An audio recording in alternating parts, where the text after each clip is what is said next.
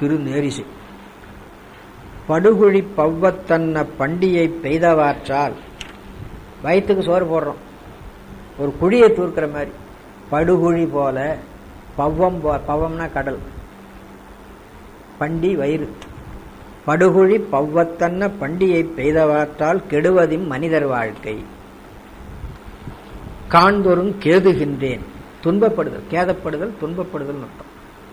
இந்த வாழ்க்கையை நினைக்குந்தோறும் நினைக்குந்தோறும், இந்த வாழ்க்கையினுடைய அவலத்தை நான் பார்க்குந்தோறும் கேதப்படுகிறேன்.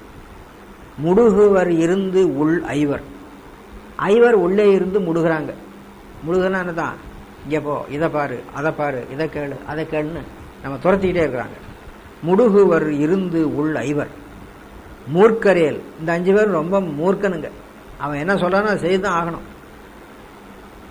இவர்களோடும் அடியனேன் வாழமாட்டேன் ஆரூர் மூலட்டனாரி. இந்த உடம்புல இருந்து என்னால் வாழ முடியாதையா, இந்த உடம்புல ஒரு 5 பேர் இருக்கிறாங்க, அவங்க முடுகுகிறார்கள், துரத்துகிறார்கள் அப்படின்னு சொல்லி வருத்தப்பட்டுப்பார்.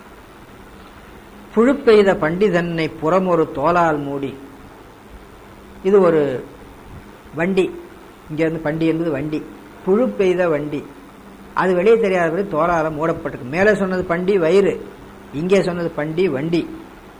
புழு பெய்த பண்டிதன்னை புறம் ஒரு தோலால் மூடி ஒழுக்கரா 9 வாய் ஒற்றுமை ஒன்றும் இல்லை. உடல் வண்டின்னு அர்த்தம் அது சொல்லுக்கு, இந்த இடத்துல உடல். அந்த வண்டியில என்ன சரக்கு ஏற்றிருக்கிறாங்கன்னா வெறும் புழு தான், வெளியே தெரியாதபடி மேல தோலால மூடி இருக்கிறாங்க. அப்படி உடலினுடைய இழிவை பாடுகிறார். அப்படி புழு பெய்த பண்டிதன்னை புறம் ஒரு தோலால் மூடி ஒழுக்கரா 9 வாய் ஒற்றுமை ஒன்றும் இல்லை. 9 வாய், 9 வாயினாலும் அழுக்கு வெளிப்படுகின்ற உடம்பு சொல்ற. சழக்குடை இதனுள் ஐவர் சங்கடம் பலவும் செய்ய அழிப்பனாய் வாழமாட்டேன் ஆரூர் மூலட்டனாய். அழிப்பன், கலக்கம் உடையவனாக, மனம் அழிவு உடையவனாக நான் வாழ மாட்டேன். மனம் அழிதல் என்பது மனம் வருந்துதல், மனம் கலங்குதல், அதிலிருந்து வந்து அழிப்பன், அழிப்பனாய் வாழ மாட்டேன் ஆரூர் மூலட்டன். பஞ்சின் மேல் அடியினார்கள் பாங்கராய் அவர்கள் நின்று நெஞ்சின் நோய் பலவும் செய்து நினையினும் நினைய ஒட்டார். பஞ்சின் மேல் அடியினார்கள் இருக்கிறாங்க, உன்னை நினைக்கணும்னு நினைச்சாலும் கூட அவங்க அதை நினைக்க விட மாட்டேங்கிறாங்க. அவங்க பாங்கராய் நான் இருக்கிறேன், அவர்களிடத்திலே நின்று, அவர்கள் நின்று நெஞ்சின் நோய் பலவும் செய்து, மனத்திலே நோய் பலவும் செய்து கொண்டு உன்னை நினையாதவனாக இருக்கிறேன். நஞ்சனிம் இடற்றினானே நாதனே நம்பனே நான் அஞ்சினேற்கு அஞ்சல் எண்ணீர். இந்த உடம்பில் கடந்து அஞ்சுகிறேன், மகளிர்களோடு கூடி வாழ்க்கின்ற வாழ்க்கையில் அஞ்சுகிறேன், என்னை அஞ்சல் என்று ஒரு வார்த்தை சொல்லக்கூடாதா அப்படின்னு கேட்கிறார். அஞ்சல் எண்ணீர் ஆரூர் மூலட்ட நீரே. கெண்டையன் தடங்கண் நல்லார் தம்மையே கெழும வேண்டி குண்டராய் திரிதந்து ஐவர் குலத்திட்டு குழியின் ஊக்க நரகத்திலே செலுத்த என்றார். கண்டு நான் தரிக்ககில்லேன், அதை என்னால் தாங்கிக் கொள்ள முடியாது, தரிக்ககில்லேன், தாங்கிக் கொள்ள மாட்டேன். காத்துக்கொள், என்னை காப்பாற்றுவாயாக. கரைசேர் கண்டா அண்டவானவர்கள் போற்றும் ஆரூர் மூலட்ட நீரே. தாழ்குழல் இன்சொல் நல்லார் தங்களை தஞ்சம் என்று, தஞ்சம் தஞ்சம் புகுவதற்குரிய இடம், தஞ்சம் என்ற சொல்லுக்கு எளிமை அப்படின்னு அர்த்தம். யாராவது ஒரு எளிமைப்பட்டு இன்னொருவரை அடைக்கலமாக பூந்தா அதுக்கு தஞ்சம் புகுதல் அப்படின்னு சொல்றது. இங்க மகளிர்களே தஞ்சம் என்று கிடக்கிறான், அவங்க தான் நமக்கு வீதி வழி அப்படின்னு சொல்லி கிடக்கிறான். அது சொல்றார். ஏழையேன் ஆகி, ஏழை என்று அறிவில்லாதவன் அர்த்தம், காசு பணம் இல்லாதவன் அர்த்தம் இல்லை, அறிவில்லாதவன் அர்த்தம். ஏழையேனாகி நாளும் என் செய்கேன் எந்தை பெம்மான் வாழ்வதேல் அரிது போலும். இங்கே வாழ்வது மிகவும் அரிது. ஏன்? ஐவர் ஆழ்குழி படுக்க ஆற்றேன். 5 பேர் என்ன குழியில தள்ளுறாங்க. அந்த குழி என்பது நரகத்தை குறித்தது, பிறவியை குறித்தது. ஆழ்குழி படுக்க ஆற்றேன் ஆரூர் மூலட்டன் இது. மாற்றம் ஒன்று அருளகில்லீர். நான் என் துன்பத்தை எல்லாம் சொல்லி முறையிடுகிறேன், ஒரு வார்த்தை கூட சொல்ல மாட்டேங்கிறீங்களே. மாற்றம் என்பதற்கு வார்த்தைன்னு அர்த்தம். நாம் சொல்லுகின்ற சொல்லுக்கு பதிலாக இன்னொருத்தர் ஒரு சொன்னா அதுக்கு மாற்றம் அப்படின்னு பேர். நான் இவ்வளவு தூரம் இந்த உடம்பிலே கடந்து வாழ முடியவில்லை என்று வருத்தப்பட்டு சொல்லுகிறேன், நீங்கள் எனக்கு ஒரு மறுமாற்றமும் சொல்லவில்லையே அப்படின்னு கேட்கிறார். மாற்றம் ஒன்று அருளகில்லீர் மதியிலேன் விதி இல்லாமை சீற்றம் முன் தீர்த்தல் செய்யீர். சீற்றத்தை போக்கவில்லையே, சீற்றமும் தீர்த்தல் செய்யீர். சிக்கன உடையராகி கூற்றம்போல் ஐவர் வைந்து குலத்திட்டு கோகு செய்ய. கோகு செய்ய என்பதுக்கு குறுகுதல் செய்ய என்பது பொருள். இது அரிய பிரயோகம். இது போல சொல்லு எங்கு கிடையாது. கோகு என்ற ஒரு பெயர் சொல் உண்டு. அந்த பெயர் சொல்லுக்கு கழுதைன்னு ஒரு அர்த்தம் இருக்கு, பயம்னு ஒரு அர்த்தம் இருக்குது. எனவே கோகு செய்ய என்பதுக்கு என்னை பயமுறுத்த என்று அர்த்தம் பண்ணலாம். என்னை குறுகச் செய்ய, அதாவது நிமிர்ந்து நிற்க முடியாம நாணி குறுகி நிற்கும்படியாக செய்து விட்டது. அது சொல்றார். கோகு செய்ய ஆற்றவும் கில்லேன், என்னால் அதை பொறுத்து கொள்ள முடியவில்லை. ஆற்றுதல்னா சகித்துக் கொள்ளுதல் அர்த்தம். ஆற்றவும் கில்லேன், சகித்துக் கொள்ளுகின்ற ஆற்றல் எனக்கு இல்லை அப்படின்னு சொல்லி சொல்றார். ஆரோர் மூலட்ட நீரே, உயிர்நிலை உடம்பே காலா, உள்ளமே தாழியாக, துயரமே ஏற்றமாக, துன்பக்கோல் அதனை பற்றி பயிர்தனை சுழிய விட்டு பாழ்க்கு நீர் இறைத்து மிக்க அயர்வினால் ஐவர்க்கு ஆற்றேன் ஆரோர் மூலட்ட நீரே. இந்த பாட்டு ரொம்ப அருமையான பாட்டு, நல்லா ஞாபகம் வைத்துக் கொள்ளுங்க. ஒரு உருவகம் பண்றார். ஒரு வயல் ஒன்று இருந்தது. அதில் ஒருவன் ஒரு ஏற்றம் போட்டு தண்ணீர் இறைச்சான். வயலுக்கு தண்ணீர் இறைச்சா நல்ல விளைவு கிடைக்கணும் இல்ல, நல்ல விளைவுக்காகத்தானே தண்ணீர் இறைக்க வேணும். நல்ல தண்ணீர் விளைவுக்காக இறைக்காம வெறும் பாழுக்கு இறைச்சிருக்கிறார்.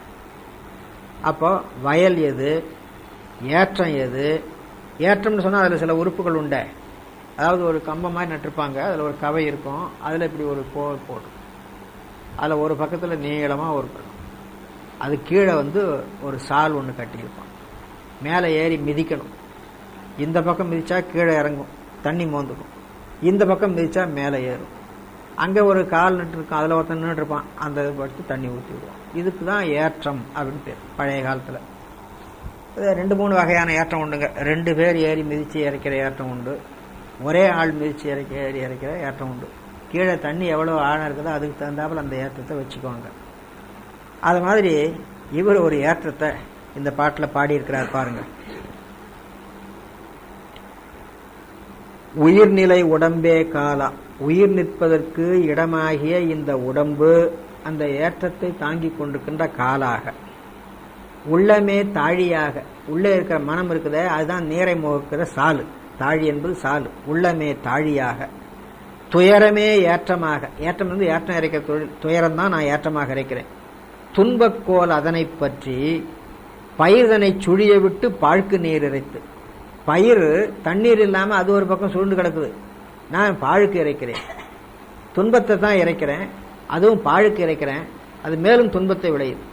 ஆனப்போ இந்த உடம்புல இருந்து விளையக்கூடிய பயிர் ஒன்று உண்டு, அந்த பயிருக்கு சிவபோகம் பேர்.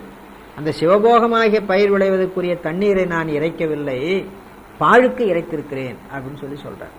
இதை மாதிரி உருவகம் நம்ம அப்பர் சுவாமிகள் பாட்டில் நிறைய படத்தில் நம்ம பார்க்கலாம். பயிர்தனை சுழிய விட்டு பாழ்க்கு நீர் இறைத்து மிக்க அயர்வினால், ரொம்ப கஷ்டப்பட்டு வேலை செய்தேன், உடம்பு ரொம்ப இளைப்பாயிட்டது. ஐவர்க்கு ஆற்றேன், இந்த சமயத்தில் அந்த 5 பேர் அதை கொடு இதை கொடு என்று கேட்கிறார்கள். அவர்களுடைய துன்பத்துக்கு என்னால் சகித்துக் கொள்ள முடியவில்லை. ஆரூர் மூலட்ட நீர். கற்றதேல் ஒன்றும் இல்லை, காரிகையாரோடு ஆடி பெற்றதேல் பெரிதும் துன்பம். எனக்கு கல்வியே இல்லைங்கிறார். வாழ்க்கையில மகளிரோடு கூடி விளையாடினேன், அதனால துன்பம் தான், வேற ஒன்றும் இல்லை அப்படிங்கிறார். இதெல்லாம் நாம் அப்பர் சுவாமிகள் இப்படிலாம் இருந்தாருன்னு அர்த்தம் பண்ணக்கூடாது. சில பேர் அப்படி ஆராய்ச்சி பண்றாங்க, அப்படிலாம் அர்த்தம் பண்ணக்கூடாது. பொதுவாக உலகியல் இயல்பை தன் மேல வச்சு சொல்றார். அவர் ஒன்றும் கல்லாதவர் இல்லை, அவங்க அப்பா அவரை நல்லா படிக்க வச்சிருக்கிறார். அதுலதான் அவர் தத்துவ ஞான ஆராய்ச்சியில் இறங்கினார். அதுல நிலையாமை உணர்வு அவருக்கு ரொம்ப மிகுதியா இருந்துட்டு, அதனால இந்த பணத்தெல்லாம் வச்சுட்டு என்ன பண்றது அப்படின்ட்டு அறஞ்செய்யறதுக்காக கொடுத்துடலாம் அப்படின்னு சொல்லி காவலர்த்தும் குளந்தொட்டும் கடப்பாடு வருவாமல் மேவினருக்கு விருந்தளித்தும் அப்படி பண்ணிட்டு இருந்தார். சரி, இதெல்லாம் வெறும் அறச்செயல் தானே, புண்ணியம் தானே, தத்துவ ஞானம் எங்க இருக்குது, வீடு பேருக்கு வழி எங்க இருக்குது அப்படின்னு ஆராய்ச்சி பண்ணி, அப்பதான் அந்த சமணனுங்க வீடு பேருக்கு வழி தானே, நான் காட்டுறேன் வாங்கன்னு கூட்டிட்டு போயிட்டாங்க. அதனால கற்றதேல் ஒன்றுமில்லை அப்படின்னு அவர் பாடினா அவர் ஒன்றும் படிக்கவே இல்லை அப்படின்னு அர்த்தம் பண்ணக்கூடாது. அப்புறம் காரிகையாரோட பெற்றதேல் பெரிதும் துன்பம், அவர் எப்பவும் இப்படிதான் வாழ்ந்துட்டு துன்பப்பட்டு கிடந்தார் அப்படின்னு அர்த்தம் பண்ணக்கூடாது. ஏன்னு கேட்டா, இப்பெல்லாம் நம்ம ஆச்சாரியர்களை அவர்கள் பெரிய அருளுடையவர்கள் யாரும் மதிக்கிறது. சராசரி வாழ்க்கை தான் வாழ்ந்தார். இந்த சராசரின்னு ஒரு வார்த்தை போட்டுக்கோங்க. இந்த ஆசார ஞான சம்பந்தம் தான் அதை எழுதுவார். பார்த்தாலும் மாணிக்கவாசகர் ஒரு சராசரி மனிதனாகத்தான் வாழ்ந்து கொண்டிருந்தார். அவர் சராசரி மனிதனாக வாழ்ந்தால் அவர் வாழ்க்கை என்ன நடக்குமோ அதெல்லாம் அவர் வாழ்க்கை நடந்தது, அதையெல்லாம் அவர் அப்படியே பாடியிருக்கிறார் அப்படின்னு எழுதுவார். நமக்கு அந்த ஆராய்ச்சியே முதல்ல வேண்டாம். இப்படி ஆராய்ச்சி பண்ண போனால் என்ன ஆகுன்னு கேட்டால், மாணிக்கவாசகர் எல்லாம் நம்ம போல தான் அப்படிங்கிற எண்ணம் வந்துடும். அப்போ அவர் மேலே ஒரு விருப்பம் வராது, அவர் பாடின திருவாசகத்தின் மேலே ஒரு பற்று வராது. அதனால் அவர்களெல்லாம் இதை போல குற்றங்களுக்கு அப்பாற்பட்டு தான் வாழ்ந்து கொண்டிருந்தார்கள் தான் நாம் முடிவு பண்ணணும். அப்போ அவங்க பாடியிருக்கிறாங்களே அதுக்கெல்லாம் என்ன அர்த்தம் அப்படின்னு கேட்டால், உலகியல்ல மக்கள் அப்படி இருக்கிறார்கள், அவர்களை அவன் அப்படி இருக்கிறான்னு பாடலாமா? பாடினா அவன் சண்டைக்கு வந்துடுவானே. அப்போ என்ன பண்ணுறது, நான் அப்படி இருக்கிறேன்னு தன்மேல் ஏற்றி பாடிக்கொள்வான். அப்படி பாடிக்கொண்ட பொழுது நம்ம போல இருக்கிறவங்க படித்தா அவங்கெல்லாம் நல்லா இருந்தாங்க, அப்படி இருந்தும் கூட அவங்க தங்களை இப்படி பாடியிருக்கிறாங்களே, நாம் அதில் 10ல் 1 பங்கு 100ல் 1 பங்கு கூட இல்லையே அப்படின்னு நாம் நினச்சி வருத்தப்படணும். நமக்கு அந்த உணர்வு உண்டாக வேண்டும் என்பதுக்காக தான் அவங்க அப்படி பாடுறாங்க அப்படிங்கிறது நாம் ஞாபகம் வைத்து கொள்ள வேண்டும். இது இந்த இடம் மட்டும் இல்லைங்க, வேற எந்த இடத்துல வந்தாலும் நாம் அப்படி தான் அர்த்தம் பண்ணணும்.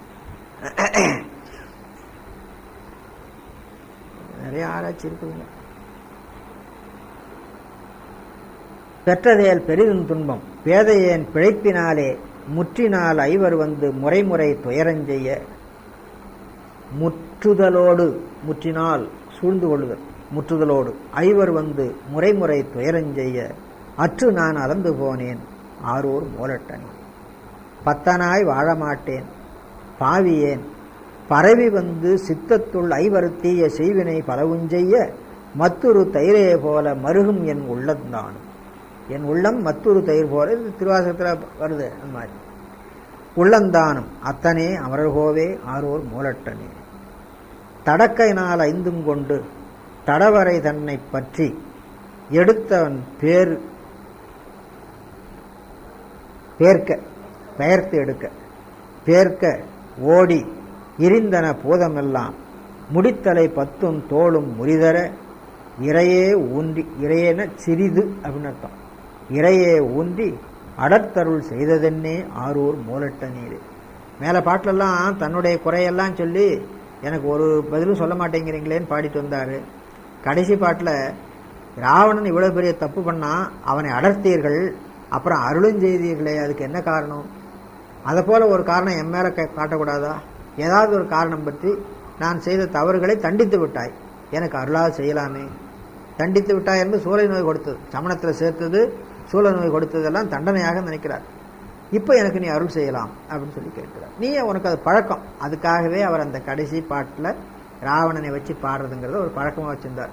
திருஞான சம்பந்தர் பதிகத்தில் ராவணனை பற்றி பாட்டு தவறாமல் இருக்கும்.